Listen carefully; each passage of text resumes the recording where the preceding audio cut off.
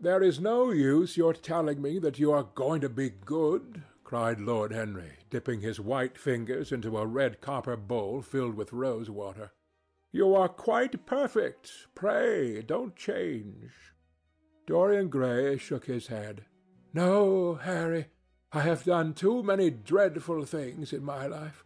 I am not going to do any more. I began my good actions yesterday." "Where were you yesterday?" "In the country, Harry. I am staying at a little inn by myself."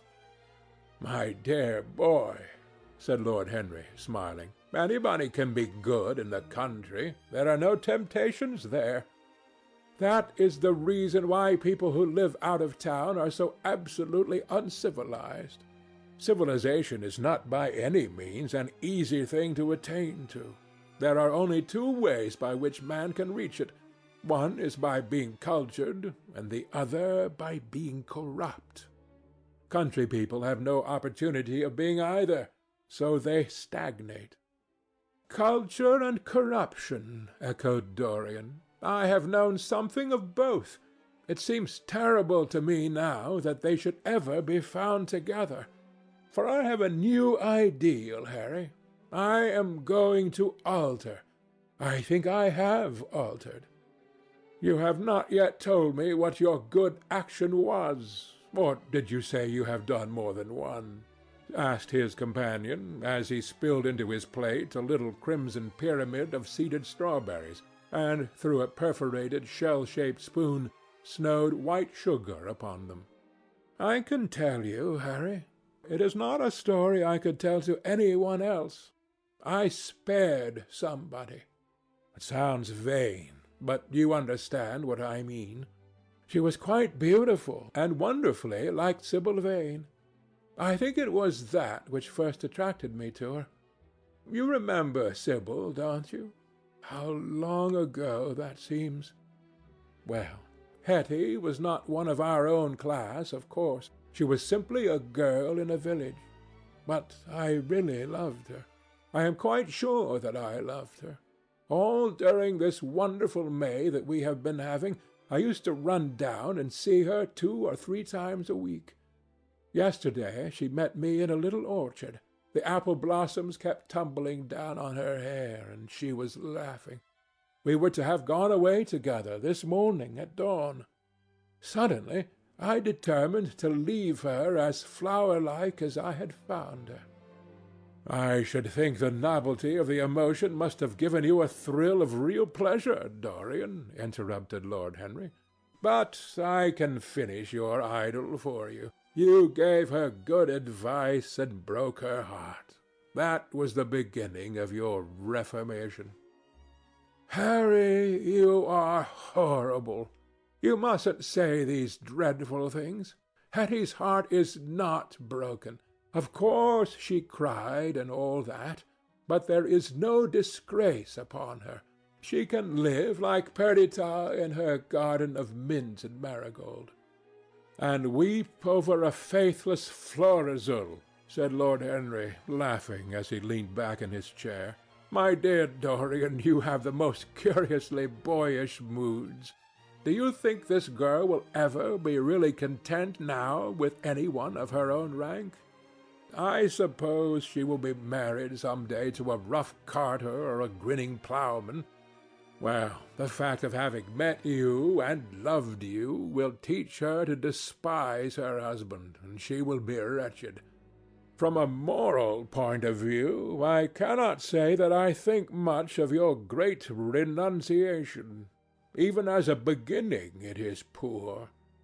Besides, how do you know that Hetty isn't floating at the present moment in some starlit mill-pond, with lovely water-lilies round her, like Ophelia?"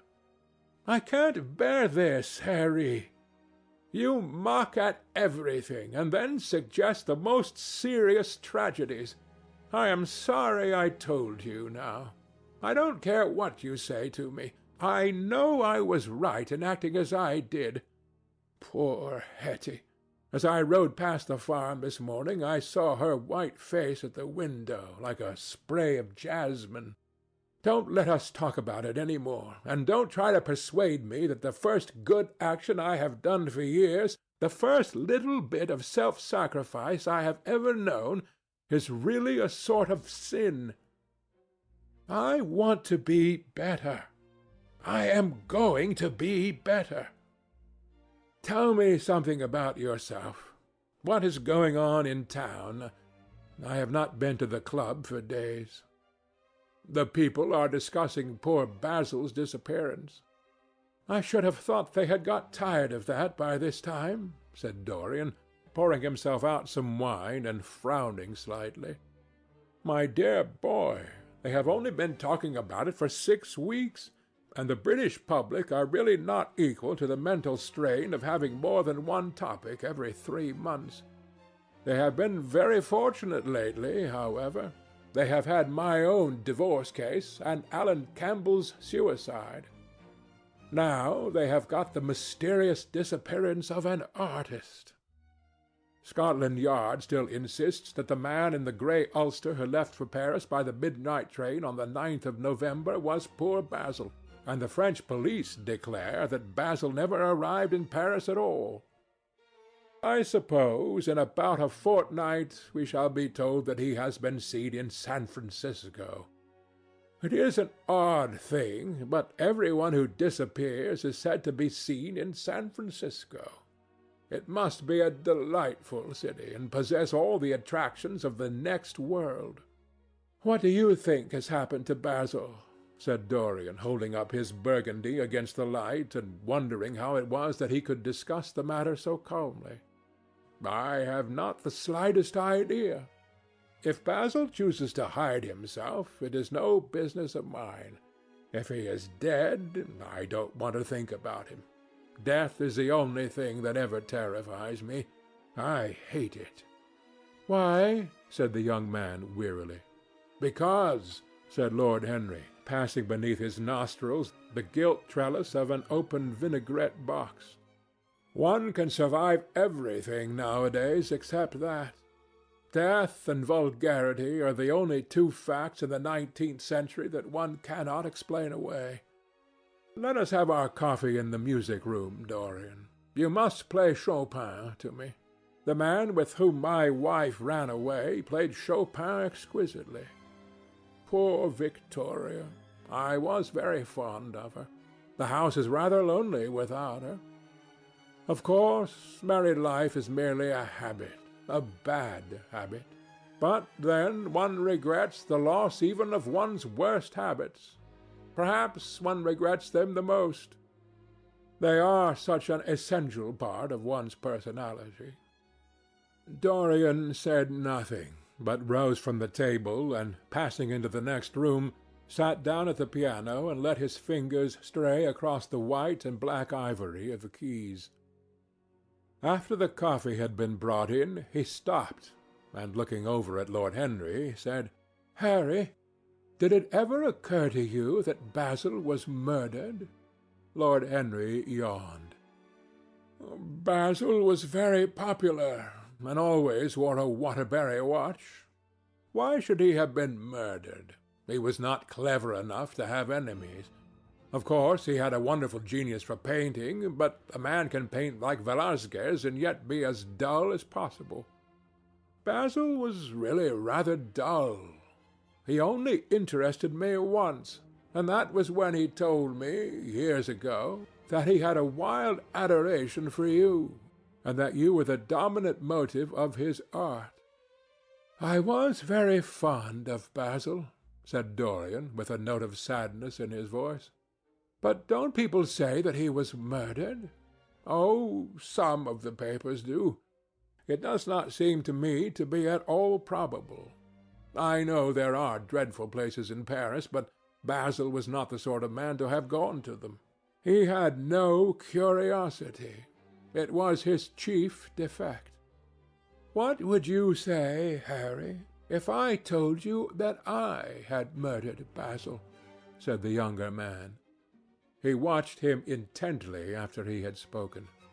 "I would say, my dear fellow, that you are posing for a character that doesn't suit you. All crime is vulgar. just as all vulgarity is crime. It is not in you, Dorian, to commit a murder. I am sorry if I hurt your vanity by saying so, but I assure you it is true. Crime belongs exclusively to the lower orders. I don't blame them in the smallest degree. I should fancy that crime was to them what art is to us, simply a method of procuring extraordinary sensations. A method of procuring sensations? Do you think, then, that a man who has once committed a murder could possibly do the same crime again? Don't tell me that. Oh, well, anything becomes a pleasure if one does it too often, cried Lord Henry, laughing. That is one of the most important secrets of life. I should fancy, however, that murder is always a mistake. One should never do anything that one cannot talk about after dinner. But let us pass from poor Basil. I wish I could believe that he had come to some really romantic end, as you suggest, but I can't. I dare say he fell into the Seine off an omnibus, and that the conductor hushed up the scandal. Yes, I should fancy that was his end. I see him lying now on his back under those dull green waters, with the heavy barges floating over him and long weeds catching in his hair. Do you know, I don't think he would have done much more good work. During the last 10 years his painting had gone off very much. Dorian heaved a sigh, and Lord Henry strolled across the room and began to stroke the head of a curious Java parrot, a large grey-plumaged bird with pink crest and tail that was balancing itself upon a bamboo perch. As his pointed fingers touched it, he dropped the white scarf of crinkled lids over black glass-like eyes and began to sway backwards and forwards. Yes, he continued, turning round and taking his handkerchief out of his pocket, his painting had quite gone off. It seemed to me to have lost something. It had lost an ideal. When you and he ceased to be great friends, he ceased to be a great artist. What was it separated you? I suppose he bored you. If so, he never forgave you. It's a habit bores have. By the way, what has become of that wonderful portrait he did of you? I don't think I have ever seen it since he finished it. Oh, I remember your telling me years ago that you had sent it down to Selby and that it had got mislaid or stolen on the way. You never got it back? Oh, what a pity. It was really a masterpiece. I remember I wanted to buy it. I wish I had now. It belonged to Basil's best period. Since then, his work was that curious mixture of bad painting and good intentions that always entitles a man to be called a representative British artist. Did you advertise for it? You should. I forget, said Dorian. I suppose I did, but I never really liked it. I am sorry I sat for it. The memory of the thing is hateful to me. Why do you talk of it? It used to remind me of those curious lines in some play. Hamlet, I think. How do they run? Like the painting of a sorrow, a face without a heart. Yes, that is what it was like. Lord Henry laughed. If a man treats life artistically, his brain is his heart, he answered, sinking into an armchair. Dorian Gray shook his head and struck some soft chords on the piano. Like the painting of a sorrow, he repeated, a face without a heart. The elder man lay back and looked at him with half-closed eyes. By the way, Dorian, he said after a pause, what does it profit a man if he gain the whole world and lose, how does the quotation run, his own soul? The music jarred, and Dorian Gray started and stared at his friend.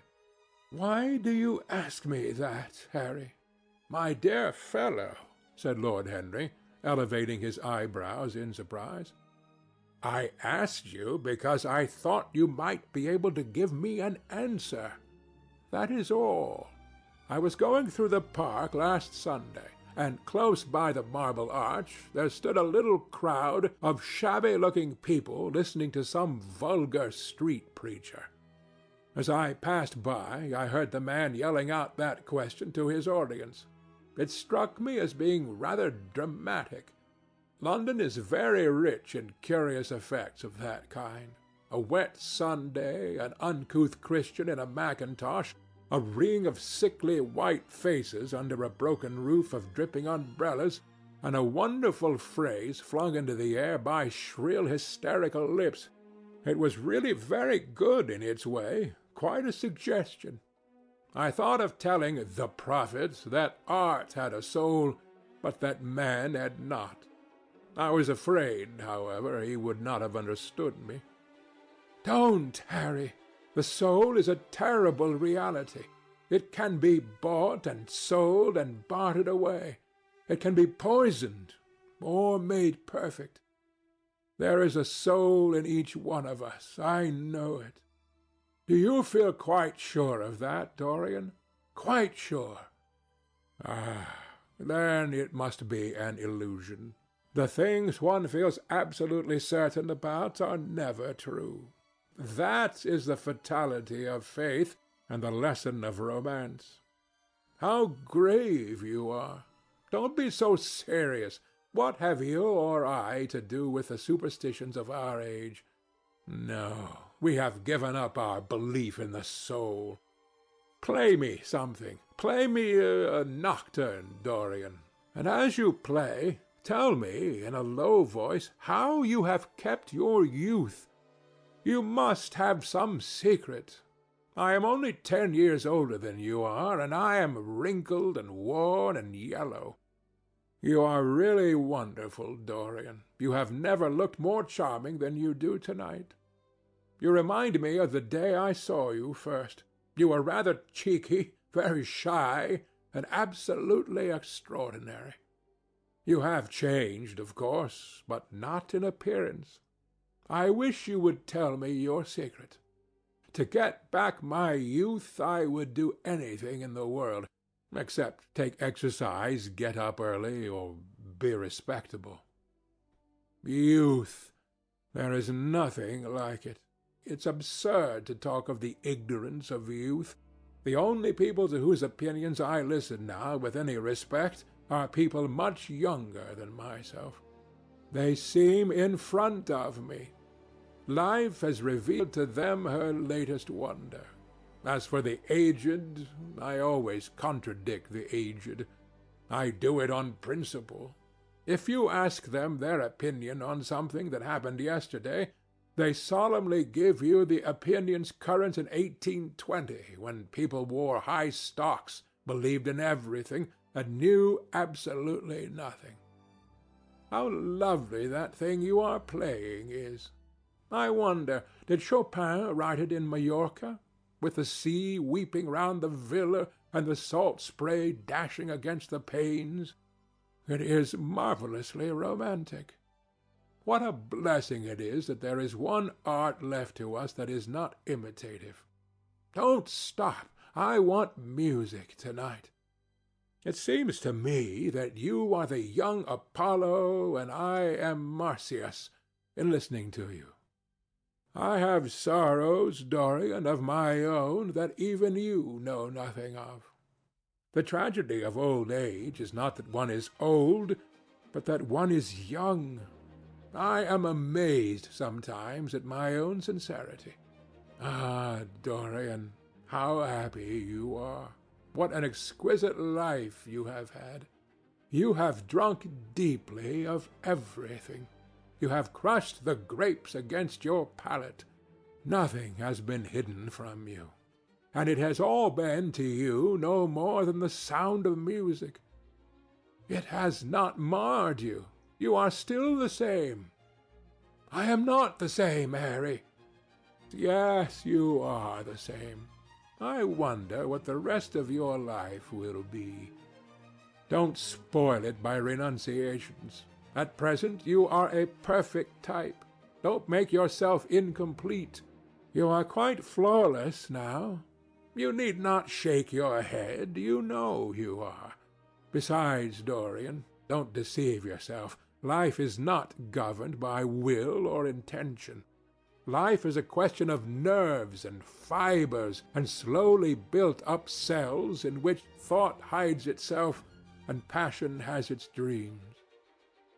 You may fancy yourself safe and think yourself strong, but a chance tone of colour in a room or a morning sky, a particular perfume that you had once loved and that brings subtle memories with it, a line from a forgotten poem that you had come across again, a cadence with a piece of music that you had ceased to play, I tell you, Dorian, that it is on things like these that our lives depend.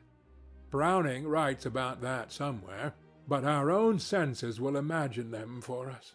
There are moments when the odour of lilas blanc passes suddenly across me, and I have to live the strangest month of my life over again.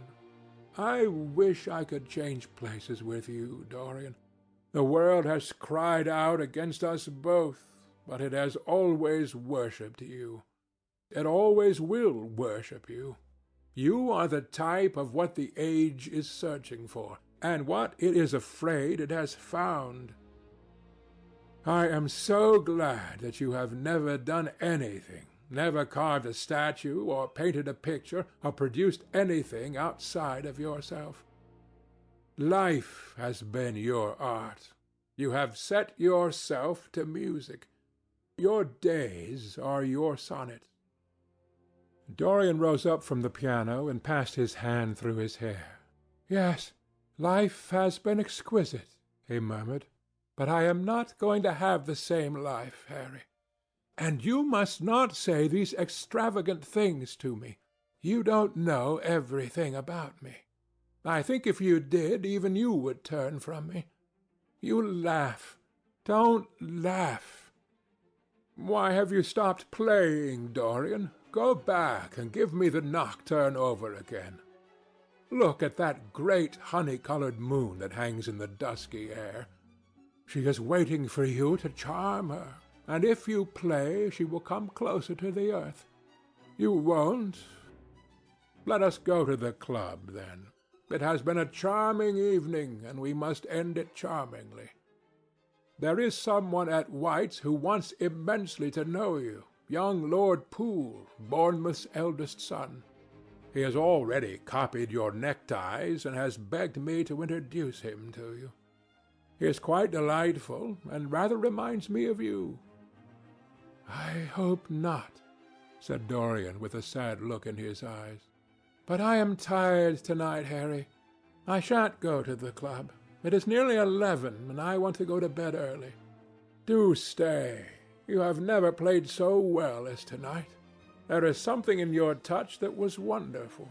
It had more expression than I had ever heard from it before." "It is because I am going to be good," he answered, smiling. "I am a little changed already." "You cannot change to me, Dorian," said Lord Henry. "You and I will always be friends. Yet you poisoned me with a book once. I should not forgive that, Harry. Promise me that you will never lend that book to anyone. It does harm." "My dear boy, you are really beginning to moralize. You will soon be going about like the converted and the revivalist, warning people against all the sins of which you have grown tired. You are much too delightful to do that. Besides, it is no use. You and I are what we are, and will be what we will be. As for being poisoned by a book, there is no such thing as that. Art has no influence upon action. It annihilates the desire to act. It is superbly sterile. The books that the world calls immoral are books that show the world its own shame. That is all. But we won't discuss literature. Come round tomorrow. I am going to ride at 11. We might go together, and I will take you to lunch afterwards with Lady Branksome. She is a charming woman, and wants to consult you about some tapestry she is thinking of buying. Mind you come. Or shall we lunch with our little Duchess? She says she never sees you now. Perhaps you are tired of Gladys. I thought you would be. Her clever tongue gets on one's nerves. Well, in any case, be here at 11. Must I really come, Harry? Certainly. The park is quite lovely now. I don't think there have been such lilacs since the year I met you. Very well, I shall be here at 11, said Dorian. Good night, Harry. As he reached the door, he hesitated for a moment, as if he had something more to say. Then he sighed and went out. End of chapter 19.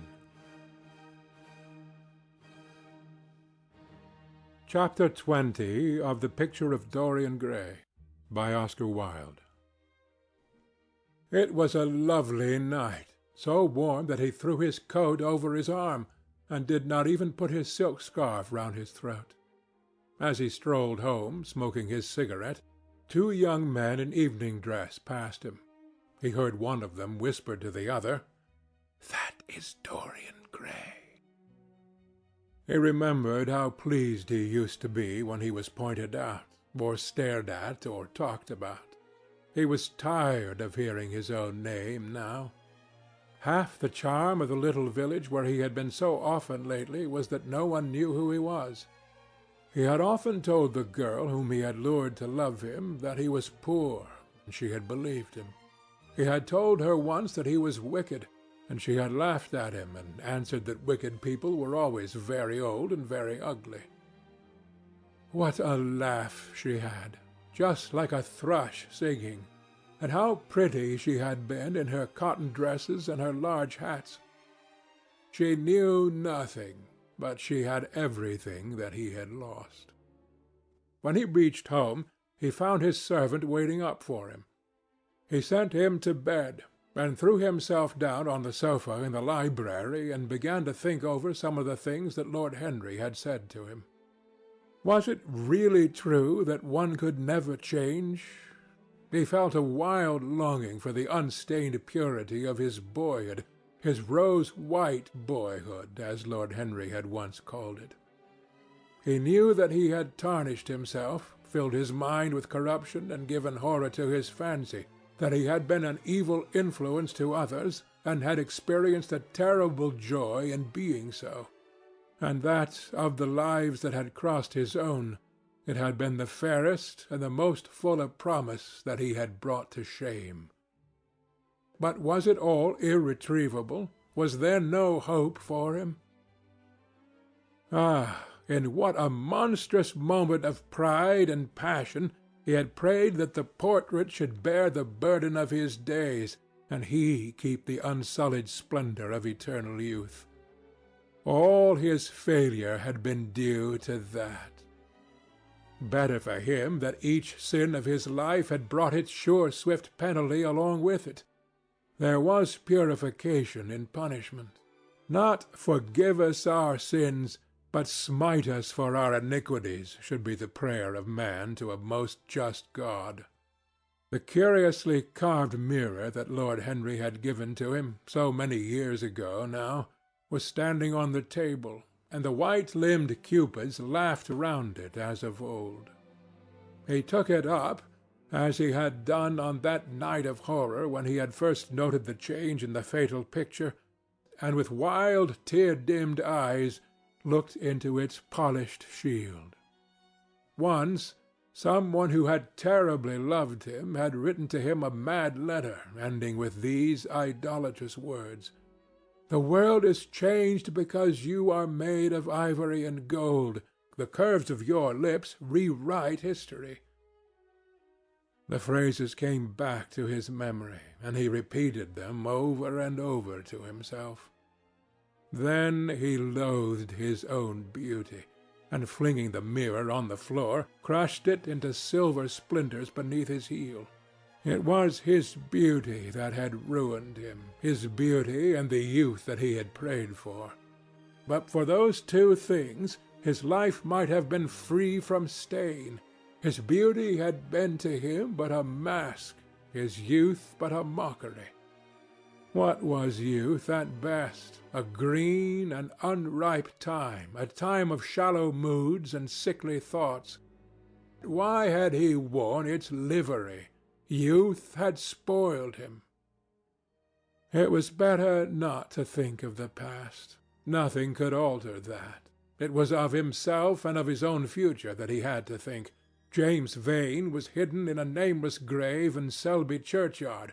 Alan Campbell had shot himself one night in his laboratory, but had not revealed the secret that he had been forced to know. The excitement, such as it was, over Basil Hallward's disappearance, would soon pass away. It was already waning. He was perfectly safe there. Nor, indeed, was it the death of Basil Hallward that weighed most upon his mind. It was the living death of his own soul that troubled him. Basil had painted the portrait that had marred his life. He could not forgive him that. It was the portrait that had done everything.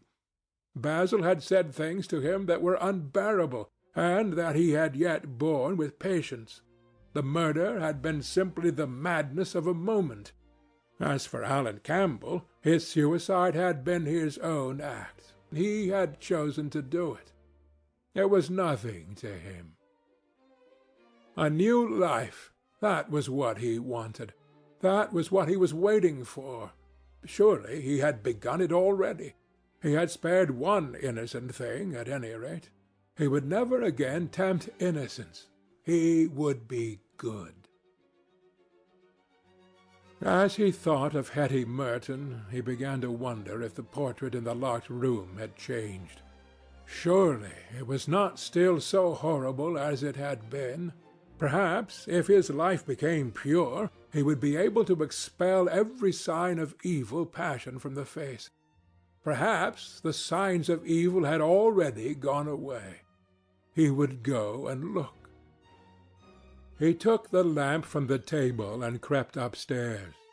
As he unbarred the door, a smile of joy flitted across his strangely young-looking face and lingered for a moment about his lips. Yes, he would be good, and the hideous thing that he had hidden away would no longer be a terror to him. He felt as if the load had been lifted from him already. He went in quietly, locking the door behind him, as was his custom, and dragged the purple hanging from the portrait. A cry of pain and indignation broke from him. He could see no change, save that in the eyes there was a look of cunning, and in the mouth the curved wrinkle of the hypocrite. The thing was still loathsome, more loathsome, if possible, than before, and the scarlet dew that spotted the hand seemed brighter and more like blood newly spilled. Then he trembled.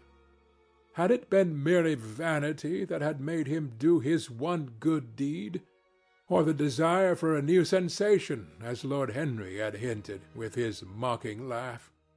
Or that passion to act a part that sometimes makes us do things finer than we are ourselves? Or, perhaps, all these? And why was the red stain larger than it had been? It seemed to have crept like a horrible disease over the wrinkled fingers. There was blood on the painted feet, as though the thing had dripped, blood even on the hand that had not held the knife. Confess? Did it mean that he was to confess, to give himself up and be put to death? He laughed. He felt that the idea was monstrous. Besides, even if he did confess, who would believe him? There was no trace of the murdered man anywhere. Everything belonging to him had been destroyed. He himself had burned what had been below stairs. The world would simply say that he was mad. They would shut him up if he persisted in his story. Yet it was his duty to confess, to suffer public shame, and to make public atonement. There was a God who called upon men to tell their sins to earth as well as to heaven. Nothing that he could do would cleanse him till he had told his own sin. His sin? He shrugged his shoulders. The death of Basil Hallward seemed very little to him. He was thinking of Hetty Merton. For it was an unjust mirror, this mirror of his soul that he was looking at. Vanity, curiosity, hypocrisy. Had there been nothing more in his renunciation than that? There had been something more. At least he thought so. But who could tell? No, there had been nothing more. Through vanity he had spared her. In hypocrisy he had worn the mask of goodness. For curiosity's sake he had tried the denial of self. He recognized that now. But this murder, was it to dog him all his life? Was he always to be burdened by his past? Was he really to confess? Never. There was only one bit of evidence left against him. The picture itself. That was evidence. He would destroy it. Why had he kept it so long? Once it had given him pleasure to watch it changing and growing old. Of late he had felt no such pleasure. It had kept him awake at night. When he had been away, he had been filled with terror lest other eyes should look upon it. It had brought melancholy across his passions. Its mere memory had marred many moments of joy. It had been like conscience to him. Yes, it had been conscience. He would destroy it. He looked round and saw the knife that had stabbed Basil Hallward. He had cleaned it many times till there was no stain left upon it. It was bright and glistened. As it had killed the painter, so it would kill the painter's work, and all that that meant. It would kill the past, and when that was dead, he would be free. It would kill this monstrous soul-life, and without its hideous warnings, he would be at peace. He seized the thing and stabbed the picture with it. There was a cry heard, and a crash. The cry was so horrible in its agony that the frightened servants woke and crept out of their rooms. Two gentlemen, who were passing in the square below, stopped and looked up at the great house. They walked on till they met a policeman and brought him back. The man rang the bell several times, but there was no answer. Except for a light in one of the top windows, the house was all dark. After a time he went away and stood in an adjoining portico and watched. "Whose house is that, constable?" asked the elder of the two gentlemen. "Mr. Dorian Gray, sir," answered the policeman. They looked at each other as they walked away and sneered. One of them was Sir Henry Ashton's uncle. Inside, in the servants' part of the house, the half-clad domestics were talking in low whispers to each other. Old Mrs. Leaf was crying and wringing her hands. Francis was as pale as death. After about a quarter of an hour, he got the coachman and one of the footmen and crept upstairs. They knocked, but there was no reply. They called out. Everything was still. Finally, after vainly trying to force the door, they got on the roof and dropped down onto the balcony. The windows yielded easily. Their bolts were old. When they entered, they found hanging upon the wall a splendid portrait of their master as they had last seen him, in all the wonder of his exquisite youth and beauty. Lying on the floor was a dead man in evening dress, with a knife in his heart. He was withered, wrinkled, and loathsome of visage. It was not till they had examined the rings, that they recognized who it was. End of the Picture of Dorian Gray, by Oscar Wilde.